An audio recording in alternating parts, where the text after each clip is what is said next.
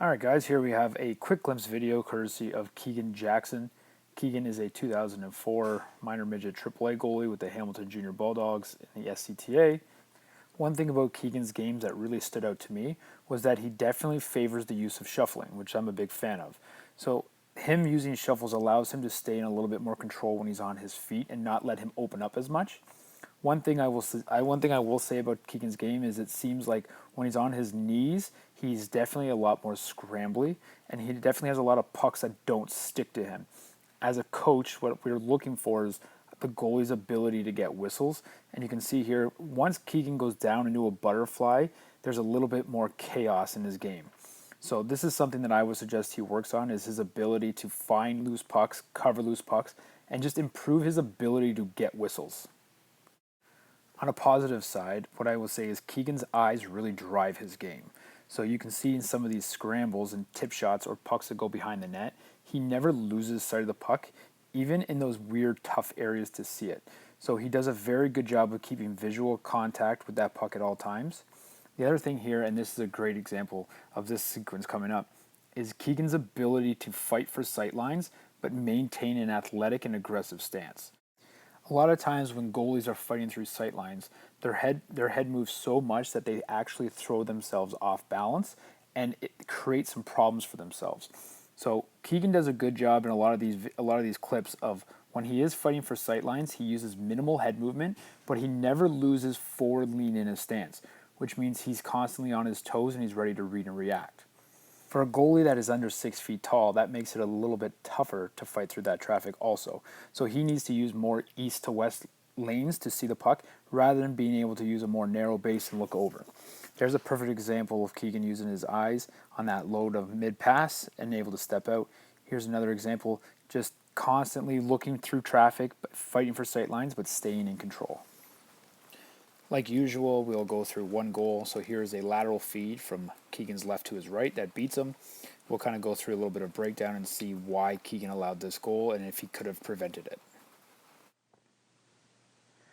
So here's a lateral feed that beats Keegan, and let's see where this pass breaks down. So that pass goes from his glove side to his blocker side here, and you can see that pass is already gone. So what we want here is it's called advanced tracking.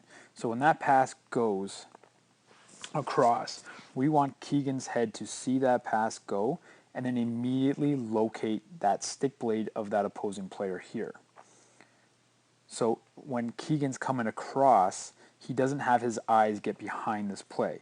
And you can see here that that pass is gone off his stick there, and Keegan's eyes are now behind this play. The other problem we have is if we look at Keegan's glove and Keegan's chest, they are late to pivot and react.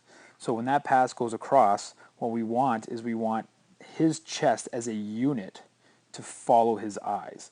The eyes are always going to lead the body, and because his head was a little bit late, that also now creates a little bit of lateness in his chest.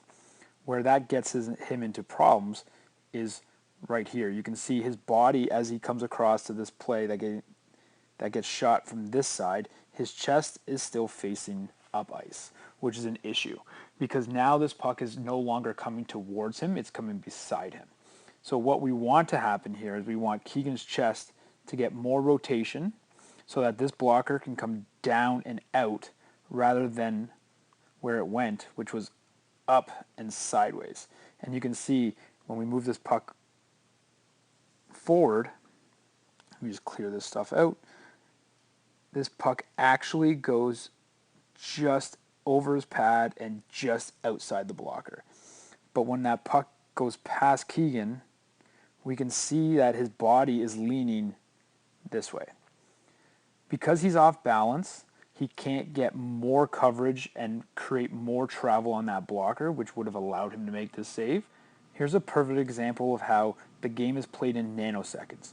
So because Keegan is a little bit late to have his chest follow that head, which throws him off balance, it doesn't allow him to fill that extra inch of space, which would have allowed him to make this save with that blocker hand. When you got to see Keegan's quick glimpse breakdown, we did. I did. I watched it right before we had this call. first thing I noticed is Keegan is very good on his edges when he's on his feet. You had pointed out that he needs to work on his control when he slides, and I definitely agree. I think he has a lot of work to do when it comes to how he plays his game on his knees.